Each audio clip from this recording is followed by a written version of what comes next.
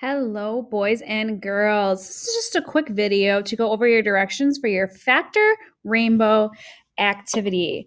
This is something that is going to review what we did with factors, multiples, and the associative properties. So I want you to ask yourself, what is your favorite number? Now, this needs to be a composite number, and it needs to be between 20 and 100. So you're not doing 19, you're not doing 15, anything like that. It needs to be within that range. Okay? Now, make sure you understand what a composite number. We talked about how numbers can either be prime or composite. A prime number is a number that has only two factors, 1 and itself. You are going to need to pick a number that has more than those two factors of 1 and itself. All right?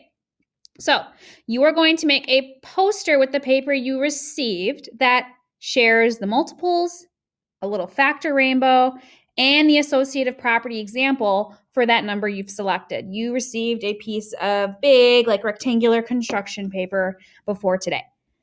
Here is what you need to include in your work. It needs to have a border around the outside, one section that makes your number clear, another section that lists your factors. You can make that into that fun factor rainbow if you'd like, or you can just list them, but notice how it needs to be from smallest to largest.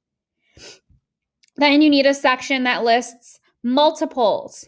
I'm going to allow you to stop once you reach 100, all right? Not everyone's going to stop at exactly 100, but if you're doing, for example, a smaller number where maybe the last factor is 96, you don't have to go past 100, all right?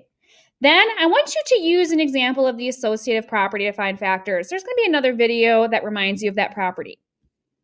So I'm going to scroll down here and show you an example of this. Now, if you're looking for a challenge, you can do two sets of these and use the backside of your poster. But here's my example, and I use 20, meaning you can't use 20. Ha, ha, ha. All right, so take a look here. I have an area with the number. I have factors listed, multiples. I stopped at 100. And then I have an example of how I can use the associative property to find some factors for this number. All right, so that is what your task is to do right now. Happy working.